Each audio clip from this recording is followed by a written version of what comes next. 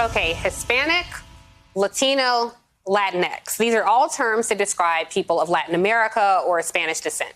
Tens of millions of Americans who are integral to this country's story.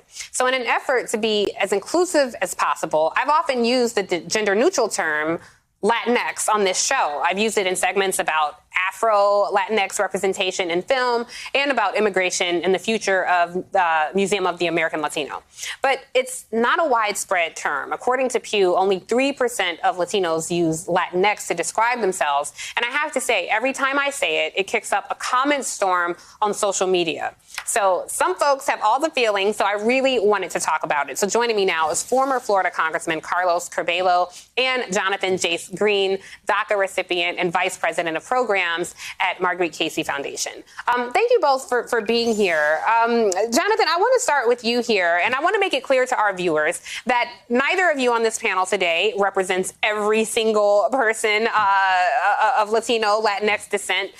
You're just expressing your individual opinions, and as someone from outside the community, I am honored to moderate this conversation, but I respect that I am a guest of this culture and not in it. So I'm very curious your thoughts. Where did this term actually come from?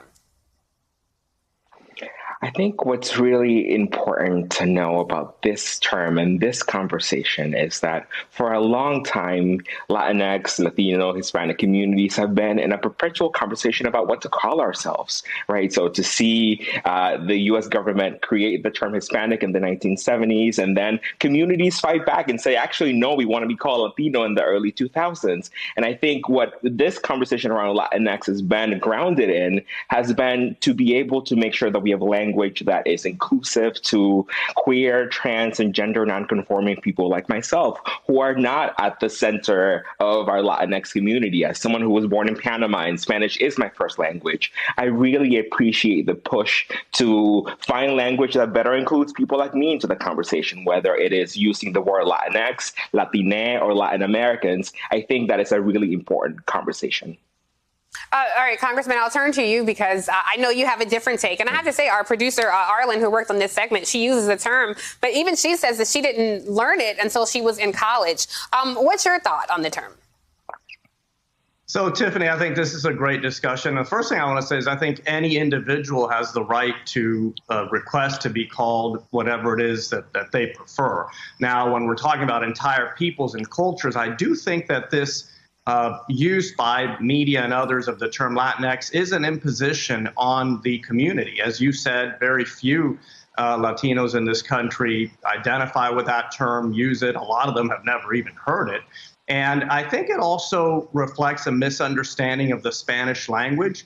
The Spanish language, when we say los Latinos, for example, that includes everyone. That's not, in that sense, a male or a term that identifies gender, refers to everyone. So, look, Spanish is my first language. We take our culture very seriously. We love the United States, obviously, but we keep our culture. We taught our daughters Spanish here at home before they learned English at school. And that's just our language, right? Spanish is kind of the mother tongue of Latino culture, of those of us whose families came from Latin America. And for those of us who really understand and appreciate the language, we kind of don't like other people coming in and saying, hey, your language isn't good enough, it's inferior, it's exclusive. We really don't feel that way. Yeah, I mean, perhaps when it's coming from outside the community, but Jonathan, I see that you have thoughts on this. When it's coming from inside the community, I mean, how do you respond to what the congressman said? And I just have to say, given that, very few people have heard of this term and use it, respectfully, I don't think I don't think his view is that unique. But Jonathan, I'm curious your response.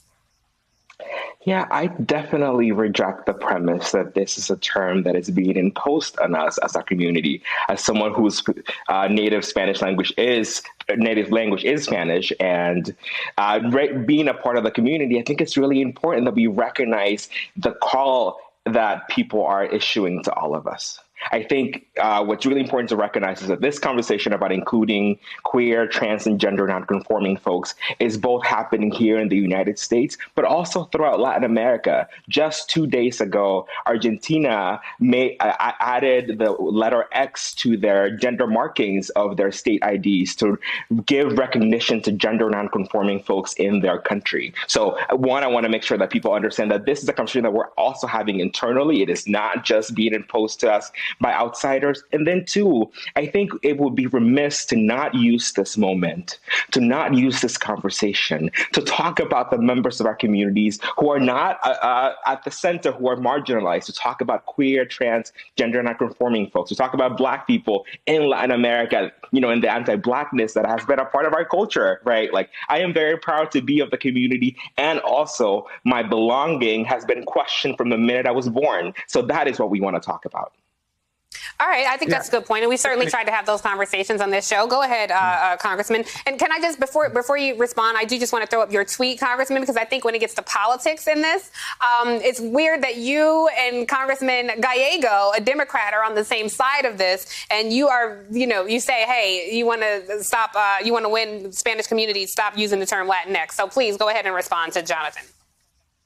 Well, yeah, to that point, I mean, if 97% of a community prefers to be called something else, you can certainly make conclusions about the politics. But again, I just want to reiterate, and for those who aren't Spanish speakers, when we say los hispanos, los latinos, that does not exclude anyone.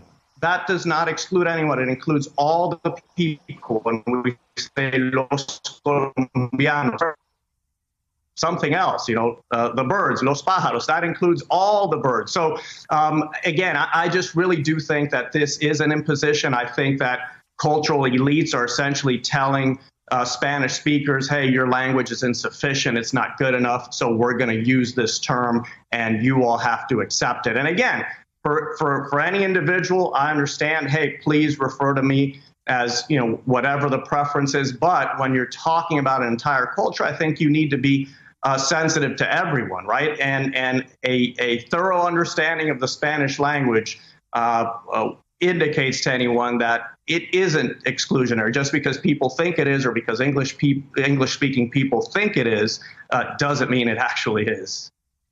Yeah. And, you know, this is a conversation that will be ongoing. And again, I just want to punctuate the point that you both are expressing your individual opinions, and nobody should look at this like, oh, well, these people speak for the entire community. But I think you both do represent, you know, different thoughts that are, it's a worthy discussion. And I hope we can continue to have it on this show.